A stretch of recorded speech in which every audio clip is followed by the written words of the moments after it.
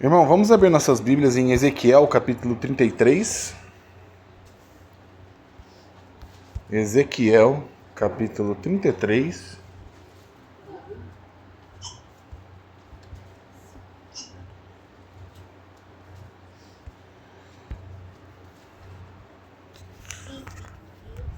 Vamos ver hoje do verso 10 ao verso 11, dois versículos.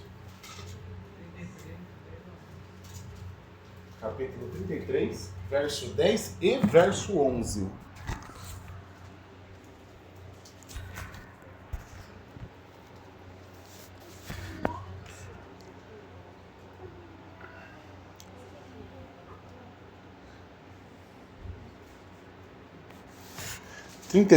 Do verso 10 ao verso 2. Diz assim a santa, inerrante palavra do nosso Deus. Tu, pois, filho do homem, dize à casa de Israel: assim falais vós, visto que as nossas prevaricações e os nossos pecados estão sobre nós, e nós desfalecemos neles. Como, pois, viveremos? Disse-lhes: tão certo como eu vivo, diz o Senhor Deus, não tenho prazer na morte do perverso, mas em que o perverso se converta do seu caminho e viva. Convertei-vos, convertei-vos dos vossos maus caminhos. Pois porque a vez de morrer, ó casa de Israel. Amém? Vamos nos dirigir ao Senhor em oração, pedindo que Ele nos auxilie por meio do seu Espírito Santo. Santo Deus, eterno Pai, Criador dos céus e Criador da terra, Pai do nosso Senhor e Salvador Jesus Cristo, oramos ao Senhor pedindo a sua misericórdia, Pai. Pedindo, Pai, que o Espírito Santo nessa reunião nos faça compreender a sua vontade. Que o Espírito Santo abra os nossos corações, abra a nossa mente, Pai, para que o Senhor seja glorificado e exaltado nessa reunião. Sabemos que sem o Senhor nada podemos fazer. Sabemos, Pai, que a nossa alma deseja o Senhor. Por isso pedimos, Pai, nos alimente com a sua palavra. Derrame misericórdia sobre essas famílias. Fale conosco por meio da sua palavra. Pedimos, Pai, não porque temos méritos, não porque temos alguma coisa, mas pedimos, Pai, pelo seu Filho, o seu Filho justo que vive e reina para todo sempre. Amém. Meus irmãos, então semana passada a gente começou uma série de estudos no livro de Ezequiel. A gente começou do capítulo 33, porque essa série de estudos promove um entendimento de como Deus restaura o seu povo. Do capítulo 1 ao 32, vemos Deus falando dos seus juízos contra Israel, contra as nações que julgaram Israel. E a partir do 33, vamos ver como Deus ele vai restaurando o seu povo. Por isso que eu decidi nós começarmos pelo capítulo 33 para vermos como Deus ele é misericordioso com o seu povo, como Deus ele é paciente, ele é bondoso, e quanto nós devemos confiar, e ele é o único meio de restaurar o seu povo. Por isso que essa série de estudos se chama Como Deus Restaura o Seu Povo. E o primeiro estudo, semana passada, vemos que Deus, para restaurar o seu povo, por meio da sua providência, ele levanta atalaias. Ele levanta homens para anunciar a sua palavra. Então vimos do verso 1 ao verso 6, iniciando o capítulo 33, semana passada, como Deus ele fala da figura histórica do atalaia, que era aquele homem que ficava nos muros, nos portões, vigiando o ataque dos inimigos e a responsabilidade dele de avisar a chegada do inimigo. Onde ele era responsável sobre qualquer nação inimigo entrasse dentro do reino e ele não avisasse a nação, ele era responsável. E vemos que essa figura histórica do atalaia é dada a Ezequiel. Ezequiel era o responsável de avisar Israel. Avisar Israel que Deus julga, que Deus ele ia fazer a sua vingança. E o povo deveria se arrepender dos seus pecados. Lembrando que Israel não estava em Jerusalém. Ele estava cativo na Babilônia. Mas Deus queria mostrar para aqueles judeus que estavam na Babilônia que quem estava enviando Nabucodonosor era ele. Não era Nabucodonosor que era o soberano, mas era Deus que estava enviando para julgar Jerusalém. Então, quando Ezequiel escreve cativo na Babilônia, é para mostrar Deus é soberano. Inclusive no capítulo 1, a gente não vai para lá, Ezequiel vê a glória de Deus manifestada em carros de fogo em alta velocidade, mostrando que a glória de Deus não está restrita em Jerusalém, mas a glória de Deus está em toda a terra, mostrando que Deus é soberano. Então, no capítulo 1 ao 32, é Deus pronunciando juízos contra Jerusalém, contra Israel e contra as nações que se levantaram contra Israel. E a partir do capítulo 33, estamos vendo como Deus restaurou Israel, o remanescente. E hoje, o nosso tema será a parte 2 de como Deus restaura o seu povo. A parte 2 é a mensagem do arrependimento. O segundo ponto que vamos estudar hoje, como Deus restaura o seu povo, é o arrependimento. Se a semana passada, o primeiro estudo, a primeira forma de Deus restaurar o seu povo foi levantando homens, atalaias, para anunciar a sua verdade, o segundo ponto hoje vamos falar de arrependimento. Deus restaura o seu povo por meio do arrependimento. E hoje o nosso texto de Ezequiel 33, 10, 11, ele nos mostra como Deus promove arrependimento. Irmãos, no verso 11, aqui a gente vê uma queixa do povo de Israel. Vem comigo aqui para vocês entenderem a queixa do povo de Israel. Verso 10 diz assim: Tu, pois, filho do homem, diz à casa de Israel, assim falais vós. Aqui, Ezequiel, Deus está falando assim, Ezequiel, é assim que o povo de Israel fala. É assim que o povo judeu fala. Agora vai ter uma queixa do povo de Israel. O povo de Israel está se queixando de Deus. E olha só qual é a queixa. Diz assim: visto que as nossas prevaricações e os nossos pecados estão sobre nós, e nós desfalecemos neles, como, pois, viveremos? O que está acontecendo aqui? Os judeus estão aonde? Na Babilônia.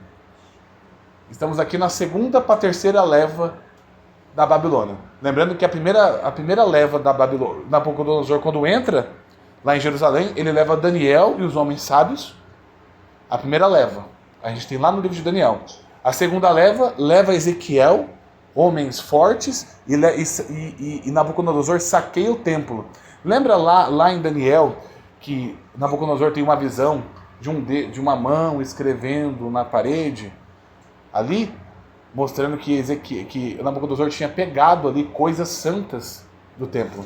Então a segunda leva foi levado Ezequiel, alguns homens de profissão e ali objetos do templo.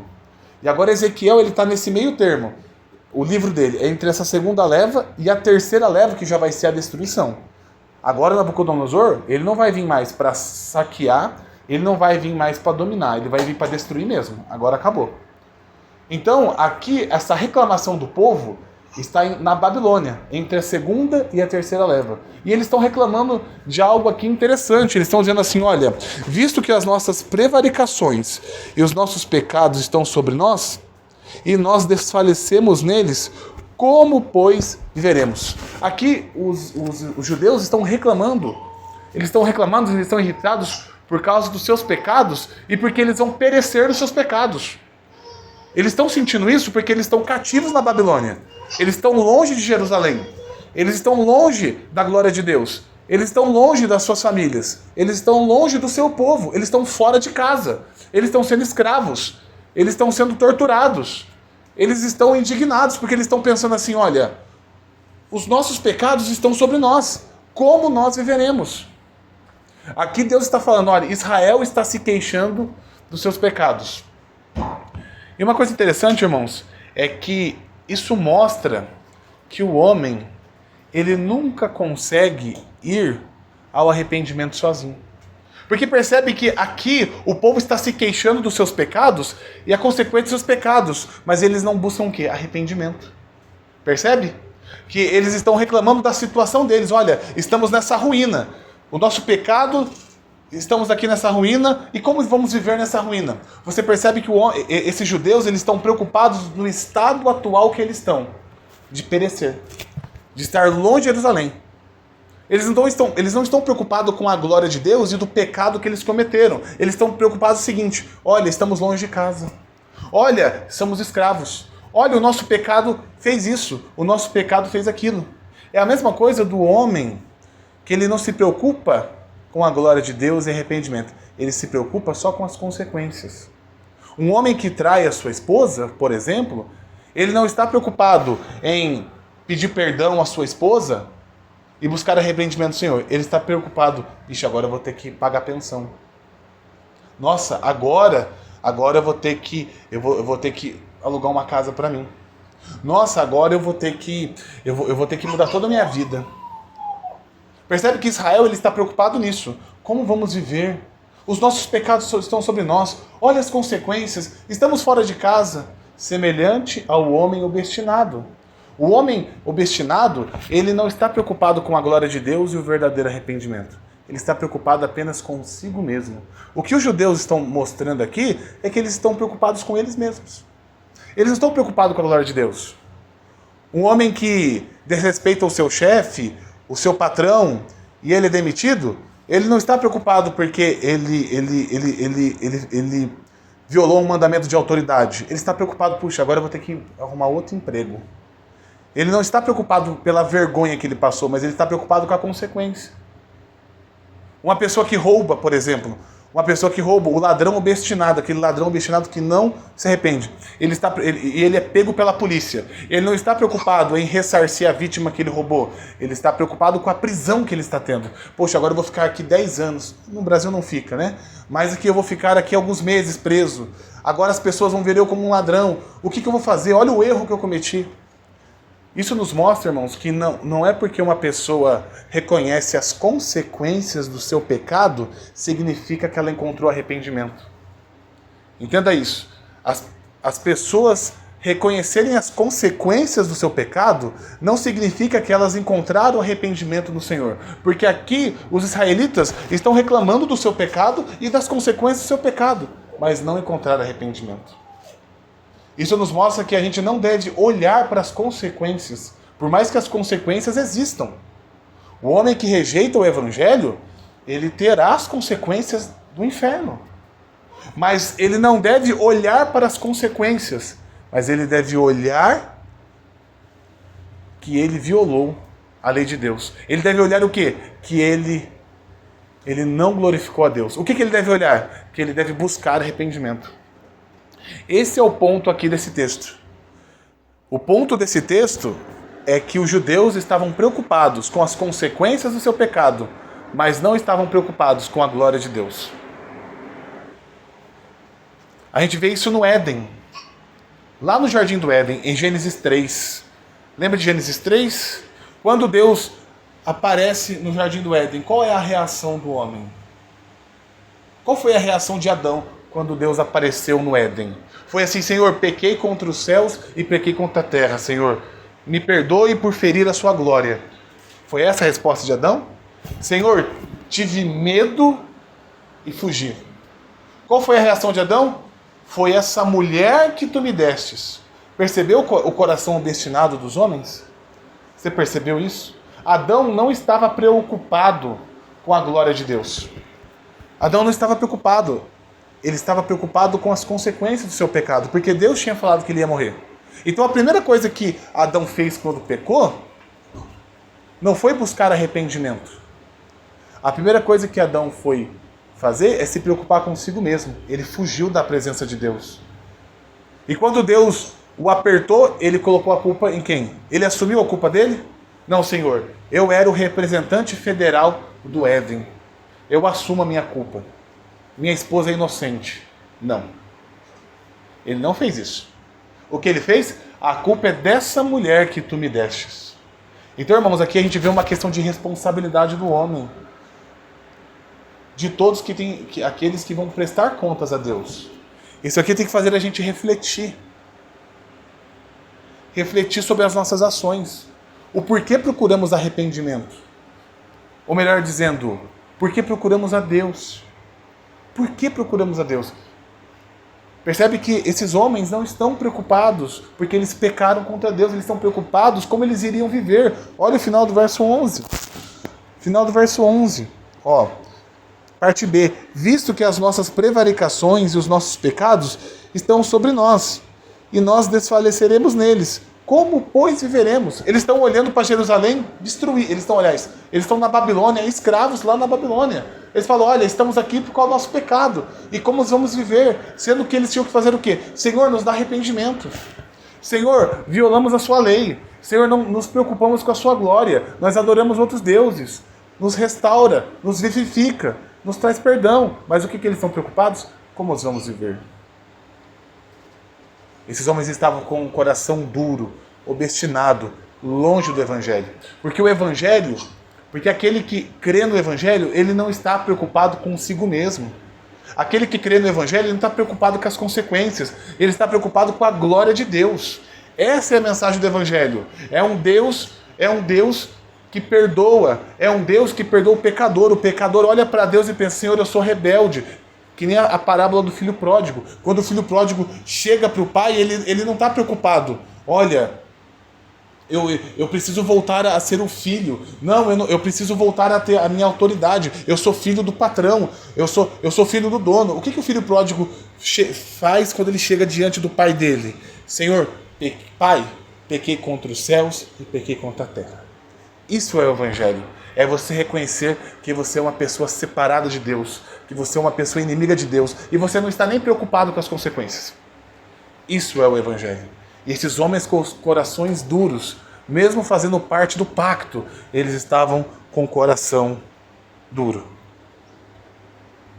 Isso nos mostra, meus irmãos, que nós devemos ir a Deus em arrependimento, não por causa das consequências. Um homem que trai a sua mulher, ele não deve pedir perdão a Deus e se reconciliar com sua mulher pensando nas consequências de pagar pensão, mudar de casa. Se tal homem se reconcilia com a sua mulher por causa disso, ele não se reconciliou com Deus. Ele pode até não se divorciar da sua mulher, mas ele ainda está em rebelião com Deus. Um homem que é pego roubando e ele se preocupa só com as consequências da sua prisão, do seu pecado, mas ele não pensa em restituir a vítima, ele não pensa em arrependimento diante do Senhor, por mais que ele pague lá os seus anos de cadeia, ele não se reconciliou com o Senhor. Aqui nos mostra que o Evangelho é o centro de tudo. Ou nós nos relacionamos com Deus, visando o perdão dos nossos pecados, visando, Senhor, pequei contra o Senhor, pequei contra a terra. Senhor, me perdoa, eu não mereço perdão. Senhor, eu mereci o inferno. Qualquer pessoa que compreendeu o Evangelho, ele sabe que dia após dia, com as suas obras, ele merecia o inferno. Porque se não fosse Cristo em sua vida, se não fosse Cristo te purificar de todo pecado, o chão deveria se abrir e ele deveria ir para o inferno. Ele deve crer nisso, que ele é imerecedor. Ele não está preocupado com o inferno, ele está preocupado com a glória de Deus. Aquele que conhece o Evangelho, ele está preocupado com a glória de Deus. Ele não está preocupado com as consequências. A maior consequência dele é porque ele aborreceu a Deus. A maior consequência para um pecador que creu no Evangelho é que ele desonrou a Deus. Como eu disse, eu não estou excluindo a realidade do inferno, eu não estou excluindo a realidade do castigo. Não estou excluindo. Isso é verdade, isso acontece. Mas quem crê no Evangelho, ele não se preocupa com isso. Ele se preocupa com a glória de Deus. Mas o ímpio se preocupa. O ímpio, por mais que ele não encontre arrependimento, ele tem medo da morte. O ímpio, por mais que ele não se arrependa, ele não quer o inferno. Ele não quer. De jeito nenhum. Ele não quer morrer. Mesmo que ele não encontre arrependimento, ele não quer morrer. Ele tem medo. Só que isso não é evangelho. Isso é hipocrisia. E é isso que esse texto nos mostra. O homem cria desculpas, meus irmãos. O homem cria desculpas para não obedecer a Deus. Aqui você percebe que o povo, ele está reclamando da severidade de Deus. O povo aqui está reclamando da severidade de Deus. Olha só, vem comigo, ó. Verso 10. Pois tu, filho do homem, diz a casa de Israel, assim falais vós, visto que as nossas prevaricações, nossos pecados estão sobre nós, nós desfaleceremos neles. Como, pois, viveremos? Aqui essa queixa do povo de Israel, eles estão reclamando da severidade de Deus. Eles estão dizendo assim, Senhor, o Senhor é muito duro. O Senhor pune com uma mão muito, muito pesada. Senhor, estamos passando aqui? Como vamos viver? O Senhor, a mão do Senhor é pesada. Senhor, como que vamos suportar a sua ira? Aqui você vê uma queixa do povo de Israel. Você percebe que o povo de Israel está se queixando da justiça de Deus. E é isso que os ímpios fazem, né? Você vai falar do evangelho para o ímpio? O que o ímpio faz? Não, esse Deus aí, ele é muito severo. Deixar a pessoa ir para o inferno. Não, no meu Deus, no meu céu, não tem isso não. Vai todo mundo para o céu tocar harpa. O ímpio, ele rejeita a justiça de Deus. E esses homens com os corações duros por causa do pecado, eles não estão olhando para a justiça de Deus, para a misericórdia de Deus. Eles estão olhando para eles mesmos. Eles estão olhando apenas para as consequências. O único que poderia abrir a boca e não abriu foi Cristo. Porque Cristo recebeu a justiça de Deus. Cristo recebeu o inferno no lugar do pecador. E ele era justo. Mas a Bíblia diz que ele não abriu a boca para nada.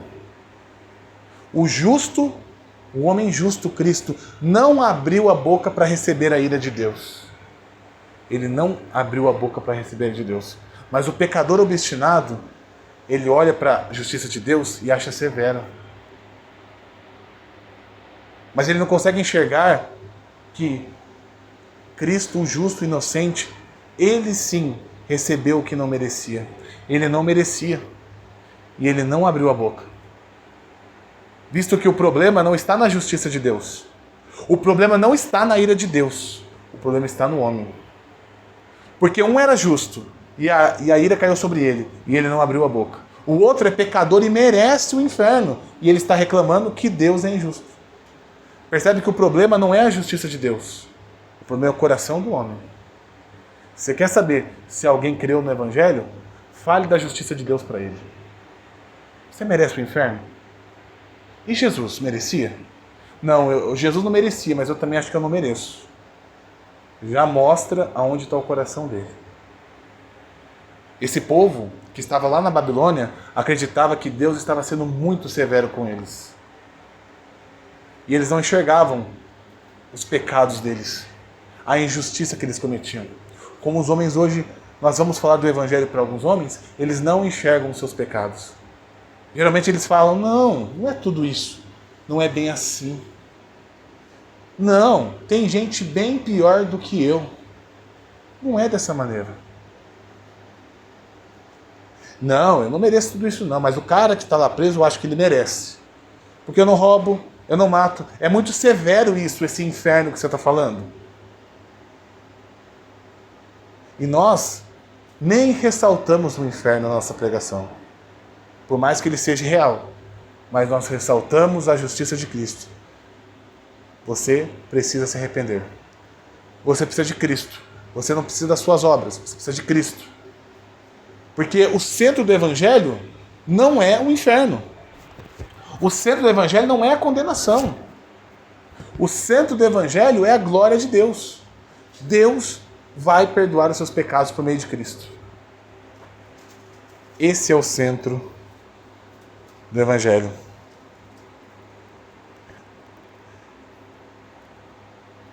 Verso 11, meus irmãos, vamos para o verso 11.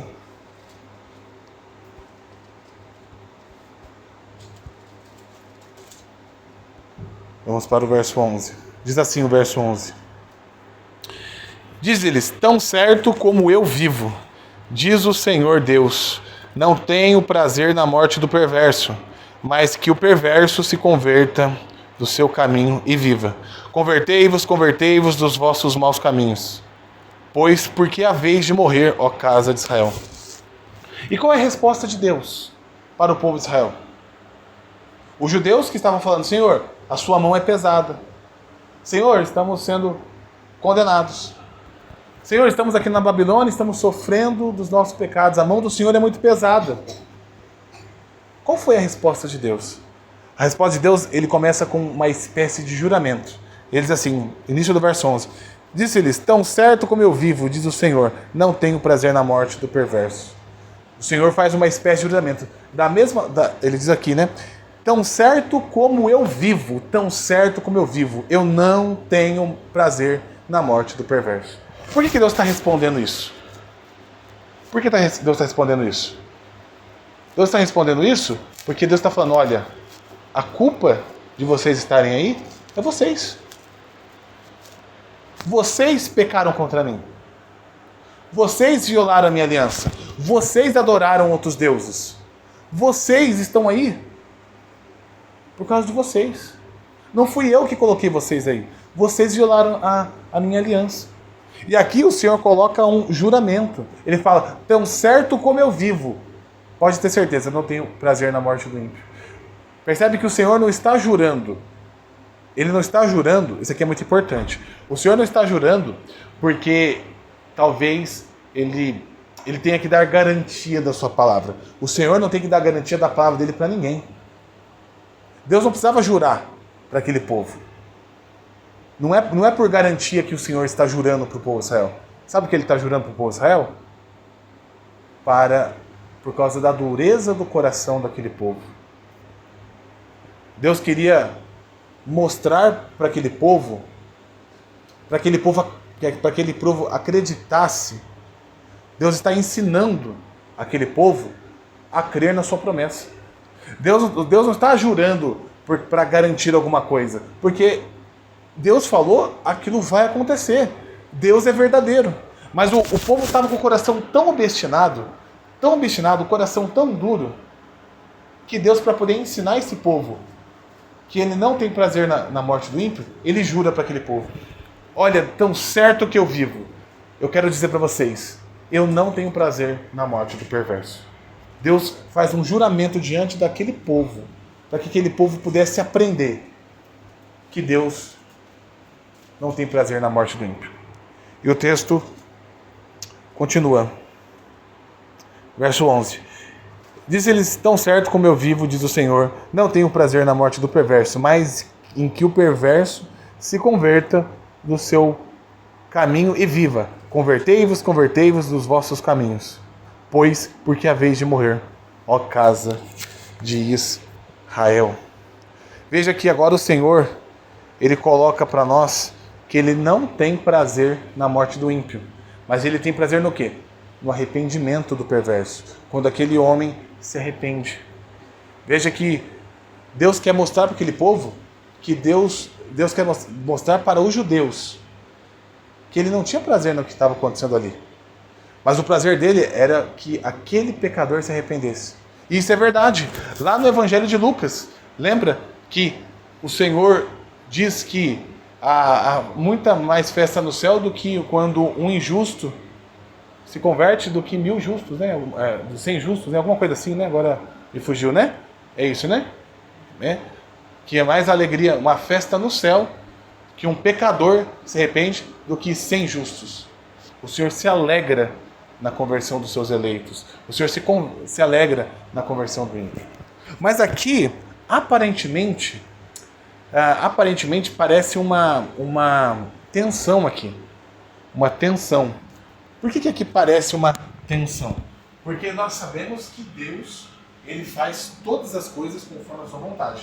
E quando nós dizemos que Deus faz todas as coisas pela sua vontade, isso inclui até mesmo uma folha de uma árvore cair. Deus quis que a folha daquela árvore caísse. Isso implica o quê? Que Deus é o que dá arrependimento ao homem. E é Deus que decide também não dar arrependimento ao homem. É Deus que escolhe o seu povo para a salvação. E é o mesmo Deus que deixa o pecador nos seus caminhos e não o salva.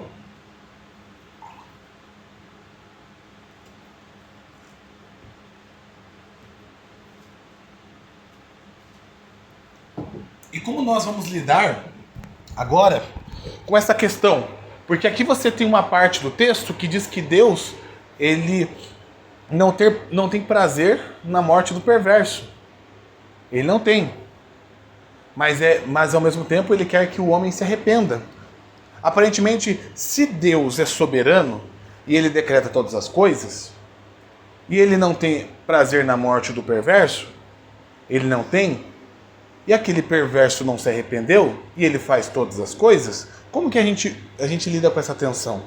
Deus aqui, ele quer salvar o homem, mas o homem não se converte. Você viu que grande parte de Israel se apostatou. Eles eram membros da aliança, violaram o pacto e foram destruídos. Mas aqui está dizendo que Deus, ele não tem prazer na morte do ímpio. E você percebe que Israel se apostatou. Ao mesmo tempo, Deus decreta todas as coisas. Como que lidamos com essa tensão? De um Deus que decreta todas as coisas, ao mesmo tempo, ele não tem prazer na morte do ímpio. E o ímpio morre. O ímpio morre. O homem não se converte. E ele é soberano. Como que a gente resolve isso? Como que a gente resolve a ideia de Deus ser soberano sobre tudo, sobre todos, e mesmo assim ele se desagradar quando um ímpio não se converte? Ou, melhor dizendo, ele não tem prazer na morte do ímpio. Como a gente resolve essa tensão? E essa tensão, ela se resolve pelo simples fato de que existe o que Deus ordena a todos os homens, o preceito de Deus. Deus, ele ordena o homem, do qual o homem tem que usar a sua responsabilidade. Alguns dizem que é a vontade prescritiva de Deus, a vontade preceitual de Deus. O que é a vontade preceitual de Deus? O que é o preceito de Deus? Você pega, por exemplo, os 10 mandamentos. Todos os homens têm que obedecer os 10 mandamentos? Sim, né? Todos os homens têm que obedecer os 10 mandamentos. A pergunta é: o homem consegue obedecer os 10 mandamentos? Resposta é não. Mas Deus ordena que o homem cumpra os 10 mandamentos. Mas o homem não pode cumprir os 10 mandamentos. Mas é obrigação de todos os homens obedecerem. Por mais que eles não tenham liberdade para poder obedecer os mandamentos. Mas eles têm responsabilidade de obedecer os 10 mandamentos. Quando aqui o texto diz que Deus não tem prazer na morte do ímpio, significa que Deus ordena que todos os homens se arrependam. Todo homem tem obrigação de se arrepender, como todo homem tem obrigação de cumprir os 10 mandamentos. Mas isso não significa que todos os homens vão cumprir os 10 mandamentos, até porque ninguém cumpre. E isso não significa que todos os homens vão se arrepender do seu pecado. Mas Deus colocou isso sobre o homem. O homem deve se arrepender dos seus pecados. Isso aí é uma responsabilidade moral e espiritual do homem, de se arrepender dos seus pecados. Isso é a vontade preceitual de Deus. Ou seja, Deus colocou isso como responsabilidade humana. O homem tem que se arrepender. Ao mesmo tempo, nós temos a vontade oculta de Deus, a vontade decretiva de Deus, aonde Deus, na eternidade, decreta todas as coisas. Essa vontade nós não sabemos. Não sabemos quem são os eleitos, não sabemos quem Deus elegeu, não sabemos o que Deus quer com a nossa congregação, não sabemos o que Deus fará no futuro, não sabemos o que irá acontecer. Aquela vontade oculta que ninguém sabe. E dentro dessa vontade, Deus tem os seus eleitos. Dentro dessa vontade, os eleitos vão responder ao Evangelho. Quando Deus quando ele decreta algo, isso vai acontecer. Ou seja, existem duas, aqui eu não vou dizer duas vontades, porque isso cria contradição. Mas aqui nós temos Deus, o chamado do preceito de Deus, que é o homem se arrependa. A vontade do preceito está aqui, ó. Tão certo como eu vivo, diz o Senhor, não tenho prazer na morte do perverso, mas que o perverso se converta do seu mau caminho. Ou seja, Deus ordena para o homem, se arrependa. Isso é um mandamento. Isso aqui é o preceito de Deus. Deus ergueu os atalaias para falar isso. O homem deve se arrepender. E qual é a vontade oculta de Deus? São os seus decretos. Os seus decretos. E onde a gente acha isso? Onde a gente acha esses exemplos onde você tem o preceito de Deus, que é ordenado a todos os homens, e dentro desse preceito você tem a vontade decretiva, a vontade oculta de Deus, os seus decretos. Vamos lá para Atos, capítulo 4. Nós vamos entender isso. Atos, capítulo 4.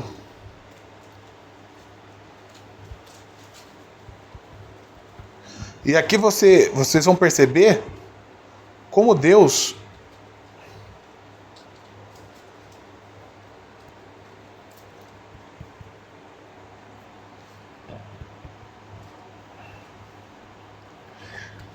verso 26 ao 29. O que a gente vai ver nesses textos, irmãos? Aqui você vai ver a vontade de Deus, do seu preceito, a vontade, o mandamento que Deus dá aos homens, a responsabilidade que Deus dá aos homens, e ao mesmo tempo nós vamos ver os desígnios ocultos de Deus. Nós vamos ver o decreto de Deus. Então nós vamos ver o que Deus responsabiliza o homem, e o seu decreto. Nós vamos ver isso aqui junto. Diz assim, ó: levantaram-se os reis da terra e as autoridades, ajuntaram-se a uma contra o Senhor e contra o seu ungido. Verso 27. Porque verdadeiramente se ajuntaram nessa cidade contra o teu santo servo Jesus, o qual ungistes, Herodes e Pôncio Pilatos, com os gentios e a gente de Israel. Olha só. Para fazer tudo o que a tua mão e o teu propósito predeterminaram. Agora, Senhor, olha para as suas ameaças e concede a teus servos que anunciem com toda a intrepidez a tua palavra. Vamos lá. Verso 26, aqui diz que as autoridades, elas se levantaram contra o Senhor. Eles violaram o mandamento do Senhor. Qual que era o mandamento do Senhor? Eles violaram, eles rejeitaram o Messias e, pelo contrário, eles mataram o Messias, certo? Eles violaram a lei. Violaram a lei. Aqui diz, ó, verso 26, levantaram-se os reis da terra e as autoridades, e se ajuntaram, uma contra o Senhor e outra contra o seu ungido. Ou seja, esses homens violaram o mandamento de Deus. Eles violaram. Deus enviou Jesus como Messias, Salvador de Israel, e o que esses homens fizeram? Eles mataram Cristo, violaram o preceito. A pergunta é, eles violaram o preceito? Eles violaram o preceito. Mas e a vontade de Deus? A vontade de Deus se cumpriu? Olha só o verso 27. Porque verdadeiramente se ajuntaram nessa cidade contra o Senhor e contra o seu ungido, Herodes e Pôncio Pilatos, como gentios, para fazer tudo o que a tua mão e o teu propósito predeterminaram. Eles fizeram tudo aquilo. Levantaram contra Jesus, fizeram acusações falsas, fizeram tudo aquilo, levaram Cristo no madeiro, pregaram cada prego nele, mas tudo isso com responsabilidade dele. Eles fizeram tudo. Eles violaram o mandamento do Senhor, mas tudo aconteceu conforme a mão de Deus tinha determinado. Ou seja, você tem a responsabilidade dos judeus de não violarem o mandamento. Eles tinham responsabilidade. Herodes, ele tinha responsabilidade. Eu não estou falando que ele tinha liberdade, mas foi dada a responsabilidade dele. E o que ele fez? Ele foi passivo. Os judeus que acusaram Jesus, eles violaram o mandamento de não dirá falso testemunho, porque eles inventaram que Jesus tinha se levantado contra Roma. Pecaram. Eles mataram, violaram o mandamento. Não matarás. Percebe que o mandamento que Deus impôs para aqueles homens, eles violaram todos. Mas eles fizeram tudo aquilo conforme a vontade de Deus. Ou seja, da mesma forma que Deus está falando para Ezequiel, eu não tenho prazer na morte do ímpio, mas que ele se converta. Ele está dizendo assim, olha, eu ordeno que todos os homens se convertam. Eu ordeno. Mas isso não significa que esses homens, eles poderiam se livrar do decreto de Deus. Então não há contradição aqui. Não há contradição. Aqui você tem o homem sendo responsável pelos seus atos debaixo do decreto de Deus. Eu vou dar um exemplo para vocês, um exemplo prático, dessa ideia de Deus ter a sua vontade revelada, ordenada a todos os homens, e isso não anula o decreto de Deus. Imagina uma empresa com vários funcionários. E desses funcionários, o dono tem o seu filho. O seu filho trabalha nessa empresa. Ele é um funcionário registrado, como qualquer outro. Só que um dia, esse patrão, ele resolve falar para toda a empresa, para todos os funcionários, inclusive até para o seu filho que estava ali também, e ele fala para todos, eu irei levantar um gerente aqui. Então todos vocês se preparem. que eu vou erguer um gerente. Então se capacitem, se preparem, que eu vou erguer um gerente aqui. O que acontece? Todos aqueles vão se preparar. Porque o patrão falou que tem uma oportunidade para se tornar gerente. Percebe que o patrão ele deu ele deu um anúncio geral para todos. Ele deu um anúncio geral para todo mundo ali. Eu vou erguer um gerente, então se preparem. Só que esse patrão ele decide escolher o seu filho, aonde ele prepara o seu filho, ele capacita, paga cursos, leva para os Estados Unidos e no final ele coloca o filho dele como gerente. A pergunta é, ele não anunciou para todos a vaga de gerência? Ele anunciou, mas ele decidiu, com a sua mão, escolher o seu filho, capacitá-lo e torná-lo como gerente. Percebe que não foi falso aquilo. Ele realmente falou a todos, olha, eu vou escolher um gerente. Se preparem. E ele escolheu. Capacitou o seu filho dentro dos termos que ele iria capacitar e o filho dele se tornou gerente. Isso acontece com Israel. Deus anuncia o evangelho a todos de Israel. Se arrependam do mau caminho, convertei-vos, se arrependam. Mas quem dá o arrependimento é o Senhor. Quem capacita aqueles homens a crerem é o Senhor. Por mais que ele dê um anúncio geral, se arrependam, eu não tenho prazer na morte do ímpio, eu quero que vocês se arrependam. Quem dá o arrependimento é o Senhor. Então é isso que acontece aqui dentro do texto de Israel. Deus, ele anuncia o arrependimento a todos? Ele anuncia o arrependimento a todos. Mas é o decreto dele que faz o homem se arrepender. O patrão, na ilustração, na alegoria aqui, ele anunciou que ele iria levantar no gerente. Ele não mentiu. Ninguém poderia dizer assim, você mentiu que iria levantar no gerente. Não, ele levantou. Só que ele escolheu quem seria e ele capacitou quem seria. Você percebe que na história de Pilatos e Herodes e os judeus, aqueles homens fizeram tudo o que tinha que fazer, mas tudo dentro do decreto de Deus. Ou seja, tudo o que acontece nós somos responsáveis, mas a mão de Deus é que movimenta tudo. É a mão de Deus que movimenta tudo. A gente poderia falar um pouco sobre a história de Faraó. Vamos para Romanos 9 e vamos ver um pouquinho a história de Faraó. Romanos 9, 17, verso 18.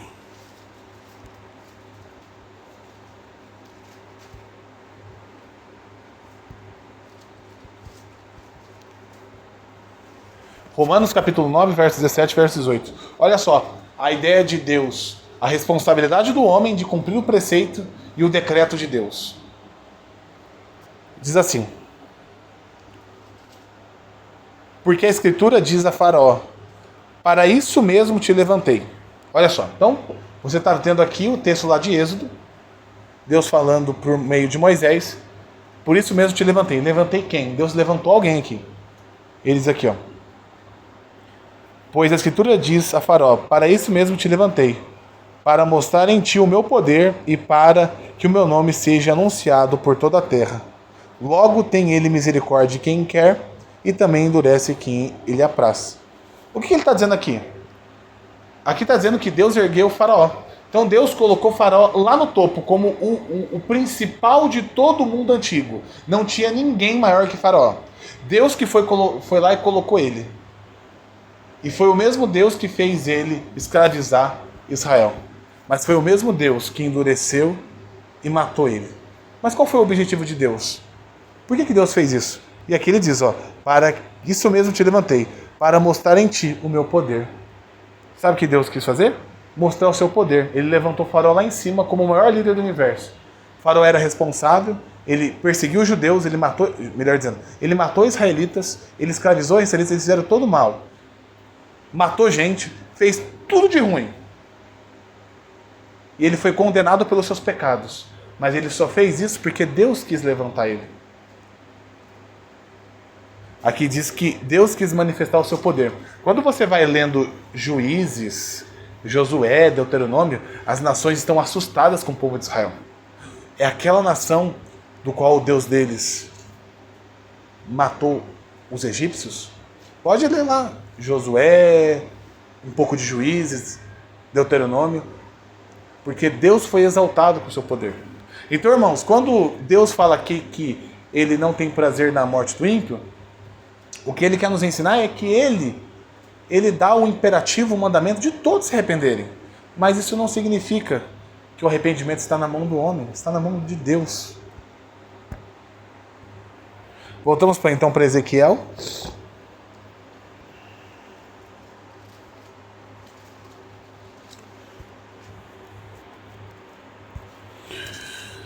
Então, irmãos, vimos que não há contradição entre Deus fazer toda a sua vontade, em fazer toda a sua vontade, e mesmo assim os homens não se arrependerem, porque é Deus que dá o arrependimento.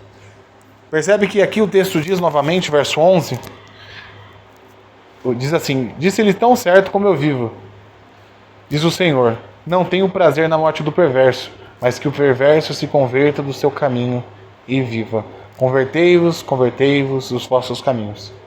Pois, porque é vez de morrer, ó casa de Israel. Então, qual é o papel do atalaia?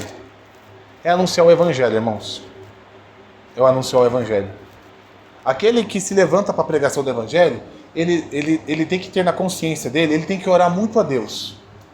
Aquele que prega o evangelho, ele precisa orar a Deus, para que o coração dele não caia no engano, achando que porque alguém rejeitou ou porque alguém creu, foi por responsabilidade dele. Ou talvez pense assim: eu acho que essa pessoa ela não pode crer porque ela é muito soberba. Vou procurar uma pessoa menos soberba. Não. A gente percebe que o homem crer, o homem rejeitar, está tudo na mão de Deus. Tudo na mão de Deus. O que aquele que se levanta para pregar o evangelho tem que saber, o que ele precisa ter é ter a mensagem do evangelho e confiar na soberania de Deus. Ele se levanta dizendo: olha, Deus quer que você se arrependa. Ele tem que se levantar e dizer: Deus quer que você se arrependa. Como nós devemos dizer, você tem que mudar os seus caminhos. Você precisa mudar de vida. Você precisa correr para Cristo. Não há problema falar isso. Não há problema. O problema é quando a gente acha que somos nós, de alguma forma, que convencemos as pessoas a crer no Evangelho. Percebe que Deus só fala para Israel: anuncie o arrependimento. E lá para frente ele vai falar: olha, sou eu que pego esse vale de ossos secos e dou vida a eles. Percebe que o papel de Ezequiel era anunciar o Evangelho. E é o Senhor que traz o arrependimento. Deus ele dá um imperativo: faça, anuncie. Qual é o imperativo? Pregador, anuncie. Deus dá um imperativo: vai lá, anuncie o Evangelho, anuncie o arrependimento. Mas quem é o Senhor da vinha? Quem é aquele que rega? Quem é aquele que dá o crescimento? Quem é aquele que faz crescer a planta? É o Senhor. O arrependimento vem do Senhor. Como diz Lutero, o homem deve viver de arrependimento. É o arrependimento, irmãos, que vem da parte do Senhor. Meus irmãos, então vamos para algumas aplicações. A primeira delas: Deus restaura o seu povo pela palavra, não por meios humanos. Percebe que aqui a gente viu um chamado de arrependimento. A gente ainda não chegou no arrependimento, mas Deus faz o chamado do arrependimento. Convertei-vos, olha só o final do verso 11. Convertei-vos, convertei-vos dos vossos maus caminhos, pois porque é a vez de morrer, ó casa de Israel. Percebe que o Senhor levanta Israel para pregar o arrependimento. Mas quem traz o arrependimento é o Senhor. Em Atos 13, Lucas relata que após a pregação de Paulo e Silas, uma mulher chamada Lídia teve o seu coração mudado pela pregação. É o Senhor que traz arrependimento. Devemos ter em mente, irmãos, que não é o que eu prego, o que é o João que prega, ou qualquer pessoa que prega, ou qualquer pastor que prega, a forma que ele prega, o jeito que ele prega, aonde que ele prega. Quem traz arrependimento é o Senhor. É o Senhor. Isso nos mostra que nós devemos ser expostos à palavra, irmãos.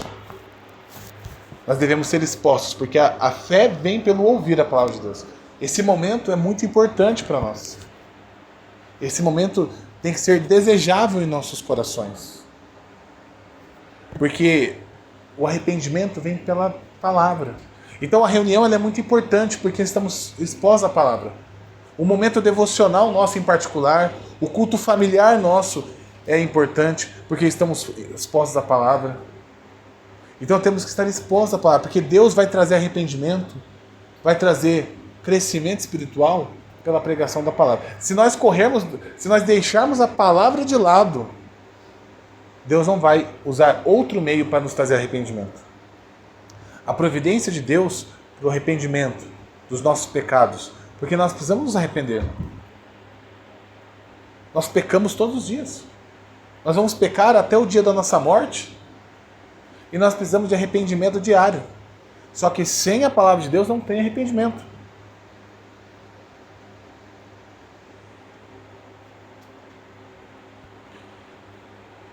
E o último ponto, irmãos, que nós vemos é que quando pecarmos, como o povo de Israel pecou, nós não devemos olhar para as consequências. Último ponto. Não devemos olhar para as consequências.